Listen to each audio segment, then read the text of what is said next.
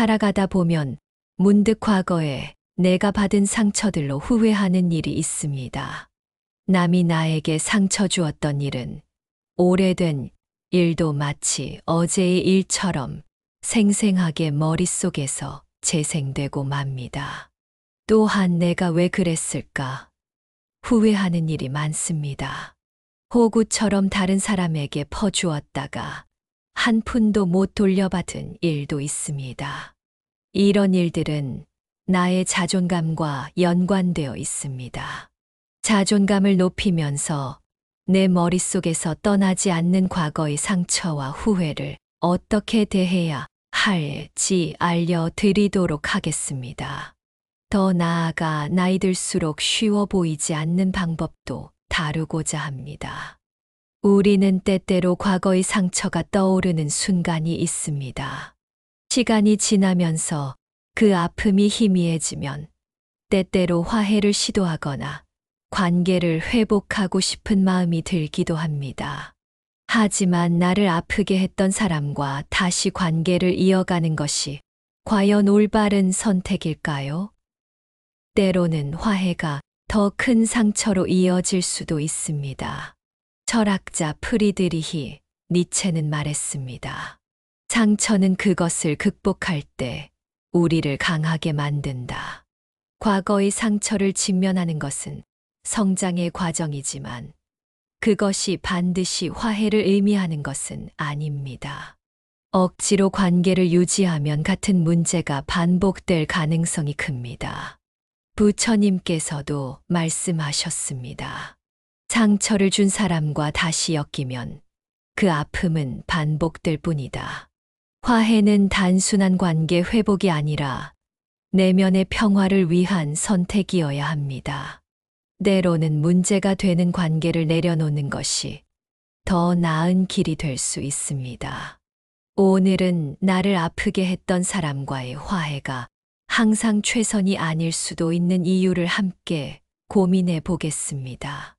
나를 아프게 한 사람과 반드시 화해할 필요가 없는 이유. 첫 번째, 상처가 반복될 가능성이 큽니다.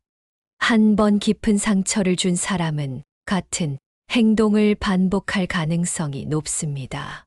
심리학 연구에 따르면 타인에게 상처를 주는 행동을 습관적으로 하는 사람은 쉽게 변하지 않는다고 합니다. 칸트는 말했습니다. 사람은 한 번 익숙해진 습관을 쉽게 버리지 못한다. 화해는 상대에게 또다시 상처를 줄 기회를 제공할 수 있습니다. 두 번째, 감정적인 고통이 되살아날 수 있습니다. 화해는 과거의 상처를 다시 떠올리게 하며 이는 내면의 치유를 방해할 수 있습니다. 이미 극복하려고 했던 아픔이 되살아난다면 오히려 더 큰 상처를 받을 위험이 있습니다. 부처님께서는 이렇게 말씀하셨습니다. 이미 지나간 고통을 계속 붙잡고 있는 것은 스스로를 괴롭히는 일이다. 과거의 아픔에서 벗어나기 위해서는 관계를 내려놓는 것이 더 나은 선택이 될 수 있습니다. 세 번째, 상대방이 자신의 잘못을 정당화할 수도 있습니다. 때때로 화해는 상대가 자신의 행동이 잘못되지 않았다고 생각하도록 만들 수 있습니다. 결국 시간이 지나면 용서받을 수 있다는 인식을 심어줄 수 있으며 이는 여러분의 감정을 더욱 무시하는 결과로 이어질 수 있습니다. 마하트마 간디는 말했습니다. 용서는 강한 자의 미덕이다. 그러나 그것이 약자가 되어야 한다는 뜻은 아니다. 네 번째, 자존감을 해칠 수 있습니다. 상처를 준 사람과 화해를 시도하면 스스로에게 나는 이런 대우를 받아도 괜찮다는 메시지를 보낼 수도 있습니다. 이는 자존감을 낮추고 자신을 존중하지 않는 태도로 이어질 수 있습니다. 니체는 말했습니다. 자신을 존중하지 않는 사람은 누구에게도 존중받을 수 없다. 자신의 가치를 스스로 지키는 것이 중요합니다. 다섯 번째, 관계가 더 복잡해질 수 있습니다. 한 번 상처를 준 사람과 다시 관계를 이어가면 이전보다 더 불안정하고 복잡한 관계가 될 가능성이 높습니다. 완전히 회복되지 않은 상태에서 관계를 지속하면 새로운 갈등이 발생할 수 있습니다. 공자는 말했습니다. 불안정한 관계는 계속해서 새로운 문제를 낳는다. 때로는 단절이 더 나은 선택일 수 있습니다. 여섯 번째, 에너지를 소모할 수 있습니다. 관계를 회복하는 과정에서 많은 감정적, 정신적 에너지가 소모될 수 있습니다. 장 자크 루소는 말했습니다. 스스로를 행복하게 만드는 일에 에너지를 쏟아라. 그 외의 것은 버려도 좋다. 여러분의 에너지는 자신을 성장시키고 행복을 찾는데 사용해야 합니다. 일곱 번째, 더 건강한 관계를 맺을 기회를 놓칠 수 있습니다. 과거의 관계에 집착하면 더 좋은 인연을 만날 기회를 스스로 차단할 수 있습니다. 괴테는 말했습니다. 인생은 짧고 우리는 불필요한 관계에 매달릴 시간이 없다. 새로운 시작을 위해서는 과거를 놓아줄 필요가 있습니다.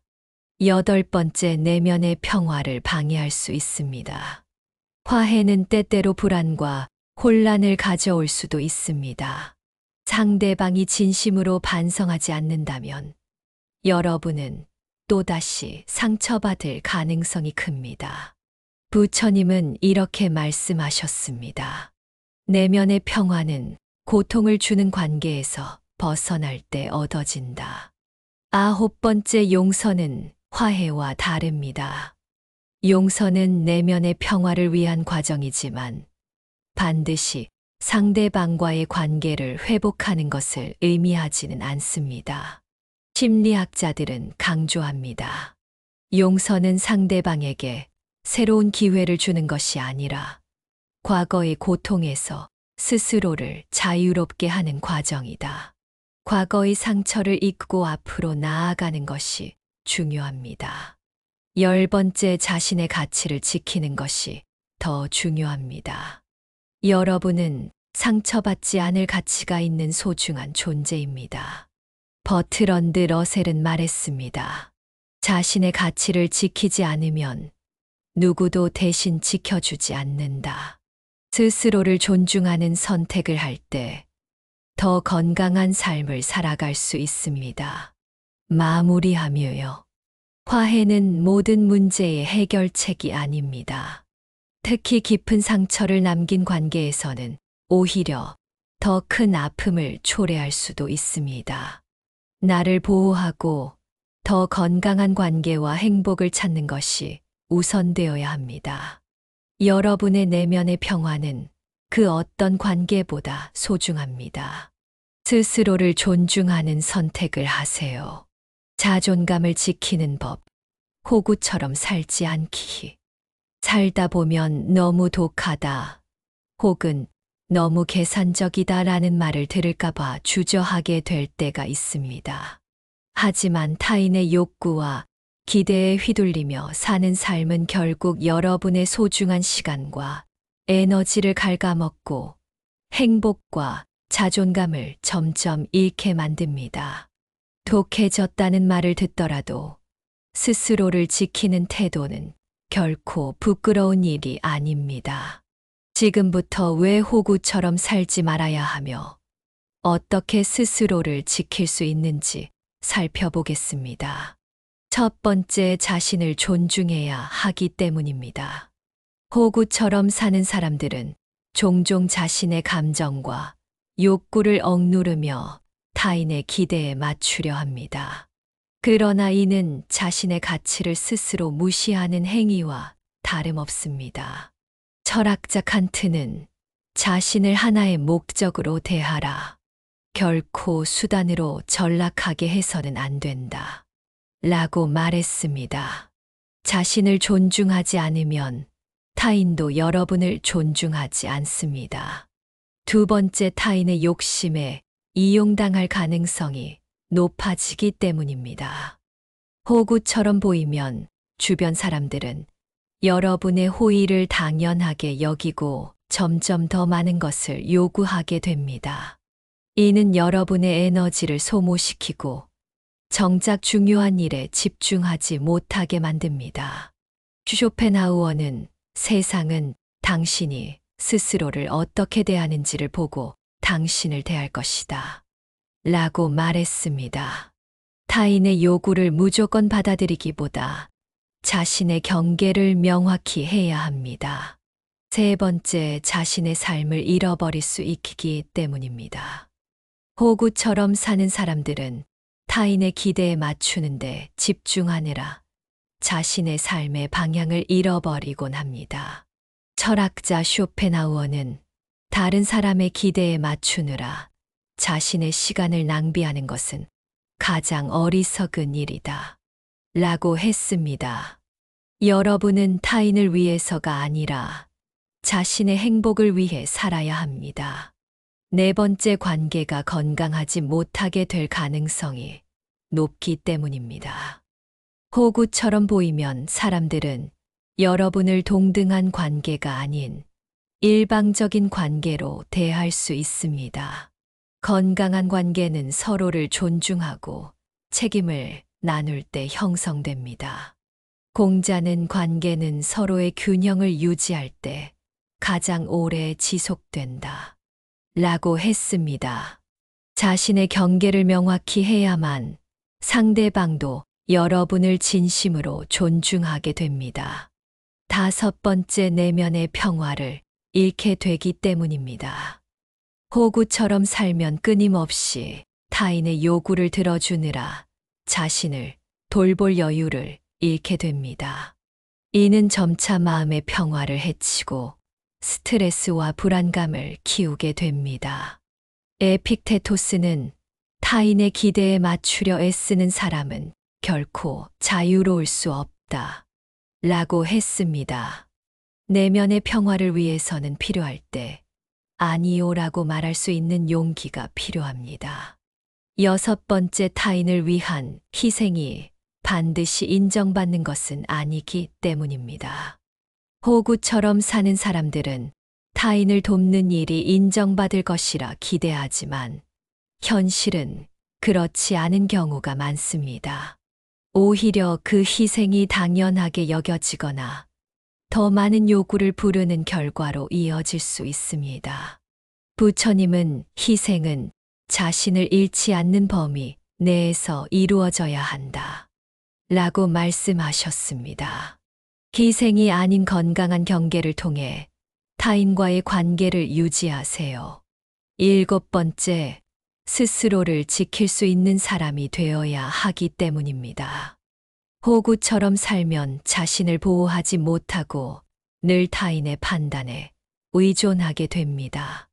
이는 자신의 인생에 대한 주도권을 잃게 만들 수 있습니다. 루소는 스스로를 지킬 수 없는 사람은 결국 타인의 노예가 된다 라고 말했습니다. 자신의 경계와 기준을 명확히 세우고 스스로의 삶을 책임지는 태도를 가져야 합니다. 여덟 번째, 여러분의 시간과 에너지가 제한적이기 때문입니다. 타인의 요구에 끊임없이 응답하다 보면 정작 자신의 목표와 가치 있는 일에 쓸 시간과 에너지가 줄어듭니다. 철학자 에픽테토스는 시간은 가장 소중한 자산이다. 그것을 가치 없는 일에 낭비하지 말라 라고 했습니다. 자신의 자원을 현명하게 사용하는 것이 더 의미 있는 삶을 살아가는 방법입니다. 아홉 번째, 강해 보이는 사람이 더 신뢰받기 때문입니다. 독해졌다는 말을 듣더라도 단호하고 강한 태도를 보이는 사람은 오히려 더 큰 신뢰를 얻습니다. 사람들은 자신을 지킬 줄 아는 사람을 존중하고 의지하려 합니다. 마키아벨리는 사람들은 강한 자를 두려워하면서도 동시에 존경한다 라고 했습니다. 부드럽지만 단호한 태도를 유지할 때 관계는 더 건강하고 균형 잡힌 방향으로 나아갈 수 있습니다. 10번째, 여러분의 가치를 증명할 수 있기 때문입니다. 호구처럼 살면 자신의 가치를 제대로 보여줄 기회를 잃게 됩니다. 자신을 낮추지 않고 자신의 능력과 가치를 당당히 표현하는 것이 중요합니다. 철학자 에머스는 당당한 태도가 곧 자신의 가치를 입증하는 방법이다 라고 말했습니다. 자신의 가치를 스스로 인정하고 그것을 주변에 전달하는 태도를 가지세요. 독해졌다. 욕먹을지언정 스스로를 지켜라. 호구처럼 살지 않는 것은 스스로를 지키고 더 나은 삶을 살아가기 위한 필수적인 선택입니다. 자신을 존중하고 건강한 경계를 설정하며 자신의 행복을 우선하세요. 여러분은 더 나은 대우를 받을 가치가 있는 사람입니다. 호구가 아니라 존중받는 삶을 선택하는 여러분을 응원합니다. 나이가 들수록 쉬운 사람으로 보이면 안 되는 이유. 나이가 들수록 사람들과 편안한 관계를 유지하는 것은 중요합니다. 그러나 타인에게 너무 쉽게 보이게 되면 오히려 존중받지 못하거나 부당한 대우를 받을 가능성이 커집니다. 쉬운 사람으로 보인다는 것은 때때로 자신의 가치를 충분히 인정받지 못한다는 의미일 수도 있습니다. 그렇다면 왜 나이가 들수록 쉬운 사람으로 보이지 않는 것이 중요한 걸까요? 지금부터 그 이유를 하나씩 살펴보겠습니다. 첫 번째, 존중받지 못할 가능성이 높아진다. 타인의 기대에 맞추기만 하면 상대방이 여러분의 가치를 제대로 인식하지 못할 수도 있습니다. 타인이 우리를 존중하길 원한다면 우리는 먼저 스스로를 존중해야 한다. 쇼펜하우어. 자신을 가볍게 대하는 사람은 타인에게도 가벼운 존재로 보이게 됩니다. 여러분은 소중한 존재이며 자신의 가치를 당당하게 지켜야 합니다. 두 번째, 부당한 요구를 받을 가능성이 커진다. 너무 수능적인 태도를 보이면 주변 사람들은 여러분의 호의와 배려를 당연하게 여길 수 있습니다. 이는 부당한 요구나 부담스러운 부탁을 거절하기 어렵게 만드는 요인이 됩니다. 자신을 지키지 못하는 사람은 타인의 욕망에 휘둘릴 수밖에 없다 붙여. 자신의 한계를 명확히 설정하고 필요할 때는 거절할 줄 아는 것이 중요합니다. 세 번째, 감정적 소진으로 이어질 수 있다. 타인의 기대를 맞추다 보면 자신의 감정을 억누르게 되고 결국 심리적 피로와 스트레스가 쌓이게 됩니다. 자신을 돌보지 않는 사람은 결국 지쳐 쓰러질 수밖에 없다. 윌리엄 제임스. 여러분의 감정을 소중히 여기고 필요할 때는 스스로를 보호하는 것이 중요합니다. 네 번째, 진정한 관계 형성이 어렵다. 지나치게 맞춰주기만 하면 상대방은 여러분을 진정한 동반자가 아니라 편리한 존재로 여기게 될 가능성이 큽니다. 진정한 관계는 서로의 다름을 인정할 때 시작된다. 루소. 자신의 의견을 분명히 표현하는 것이 건강한 관계를 만드는 기본입니다. 다섯 번째, 자신의 삶의 방향성을 잃을 수 있다. 타인의 기대에 맞추다 보면 자신의 목표나 가치를 놓치기 쉽습니다. 자신의 길을 찾지 못한 사람은 남의 길을 따라가게 된다. 장자. 자신의 목표와 신념을 지키는 것이 더 의미 있는 삶을 만드는 핵심입니다. 여섯 번째, 타인의 지나친 의존을 초래할 수 있다. 항상 타인의 기대에 맞춰주다 보면 주변 사람들이 스스로 해결해야 할 문제마저 여러분에게 의존하게 될 수 있습니다. 도움은 하되 상대가 스스로 설 수 있도록 해야 한다. 붙여. 건강한 관계는 서로의 독립성을 존중하는 데서 시작됩니다. 7번째, 자신의 시간과 에너지를 빼앗길 수 있다. 모든 사람에게 친절하게 굴다 보면 정작 자신이 해야 할 중요한 일에 집중하지 못할 수 있습니다. 소중한 시간을 헛된 일에 낭비하지 마라. 시간은 곧 삶이다. 에픽테토스. 여러분의 시간과 에너지는 여러분을 위해 우선적으로 사용되어야 합니다. 8번째, 신뢰를 잃을 수 있다. 언제나 타인의 기대에 맞추다 보면 일관성이 없는 사람으로 보일 가능성이 큽니다. 신뢰는 관계의 뿌리다. 뿌리가 약하면 나무가 쓰러질 수밖에 없다. 공자.